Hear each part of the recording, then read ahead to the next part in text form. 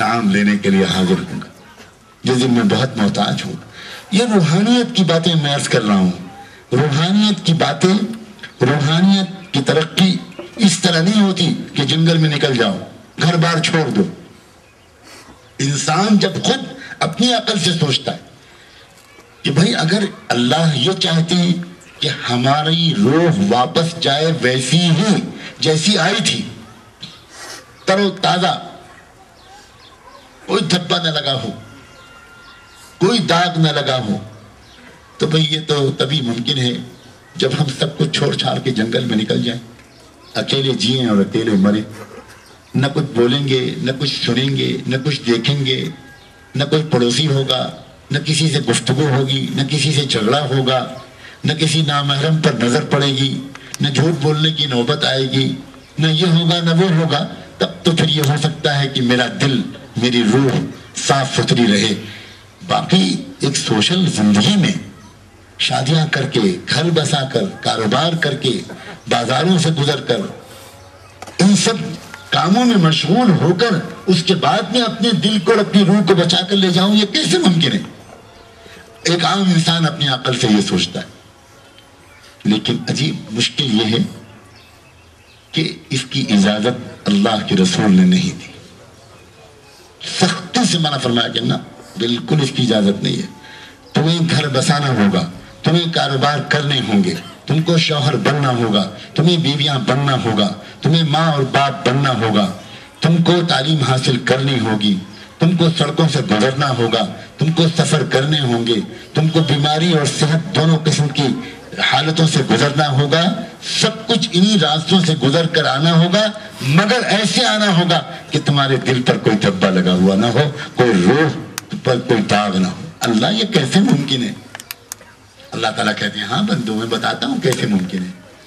چنانچہ اپنے محبوب کو اشارہ کیا اللہ نے، اور ان کے محبوب نے انسانوں کے دل سے نکلنے والے اس سوال کا جواب بڑے پیار سے دیا. قربان جائیں آپ کی محبت بڑے لہجے پر. آپ نے فرمایا ایک بات بتاؤ، اگر تمہارے گھر کے دروازے پر ایک دریا بہہ رہا ہو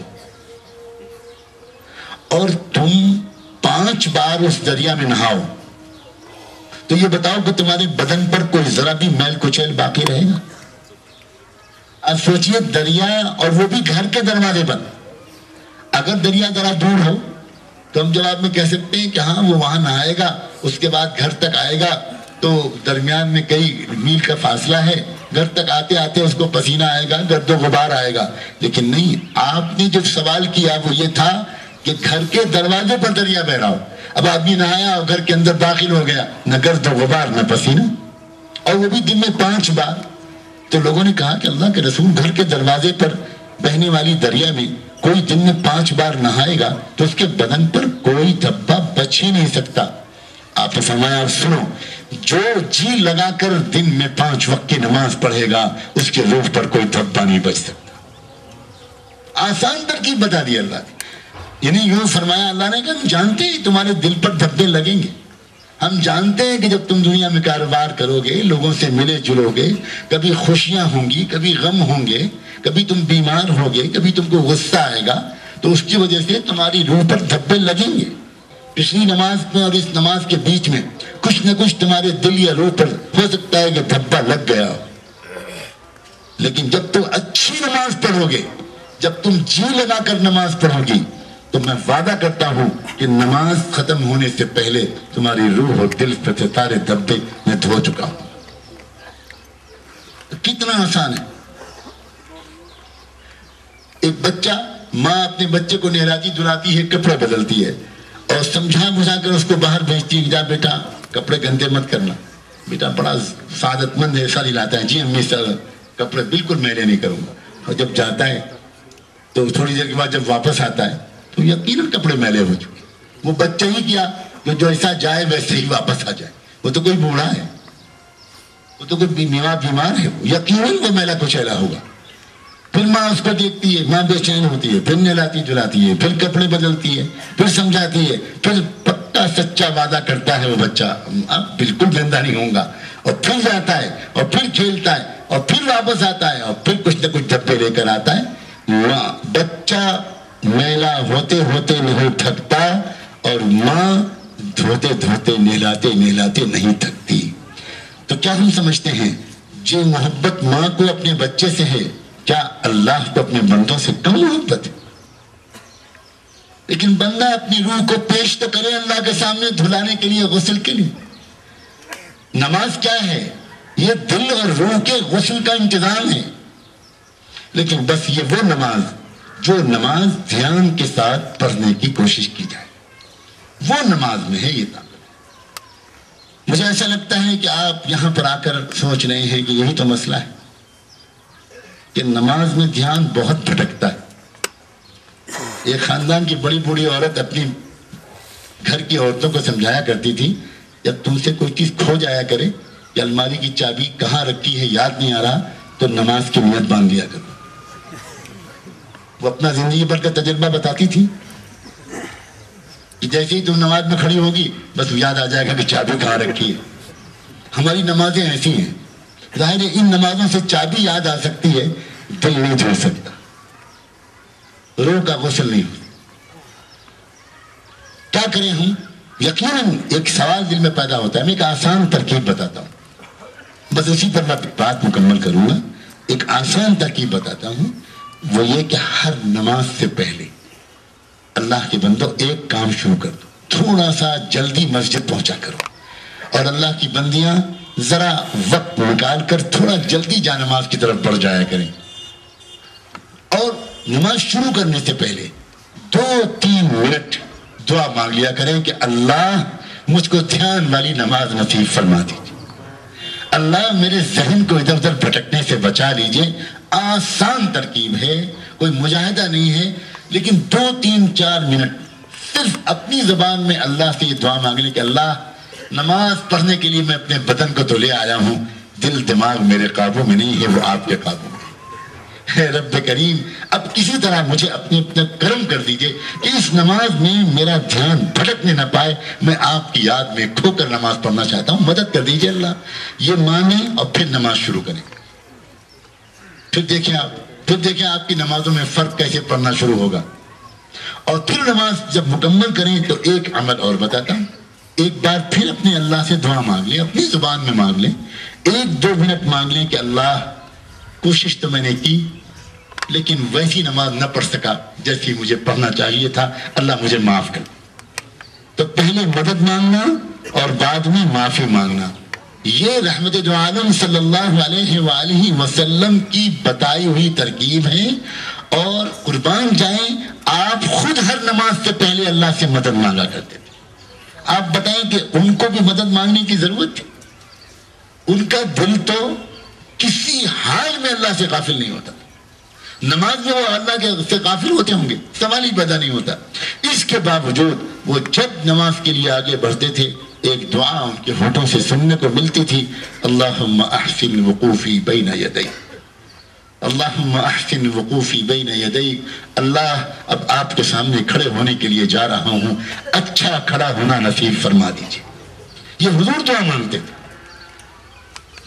اور نماز کے بعد آپ کیا کہتے تھے؟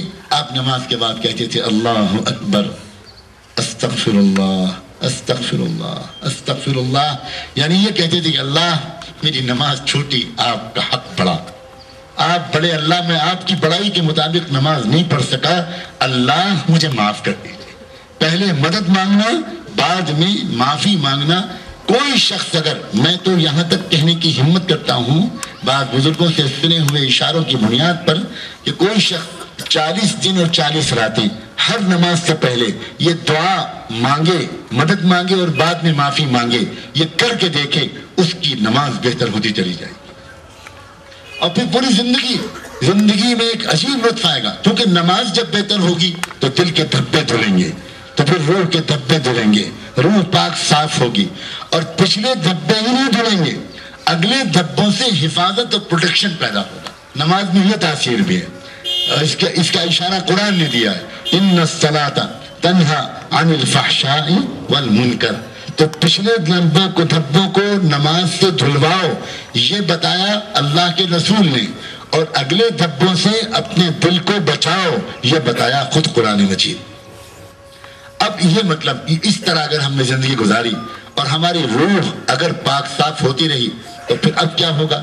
جس کا دل اچھا ہوگا، جس کی روح پاک صاف ہوگی، اس کے اخلاق بھی اچھے ہوں گے، اس کے زبان کے بول بھی میٹھے ہو جائیں گے، اس کا اپنے ماں باپ سے بات کرنے کا انداز بدل جائے گا، اس کا اپنے بچوں کے سے پیار کرنے کا انداز بدل جائے گا، اس کا اپنے پڑوسیوں کے ساتھ معاملہ کرنے کا انداز بہتر ہو جائے گا، وہ معاف کرنے والا بن جائے گا، وہ خدمت کرنے والا بن جائے گا، وہ کسی کا دل دکھانے والا کوئی کام کبھی نہیں کرے گا۔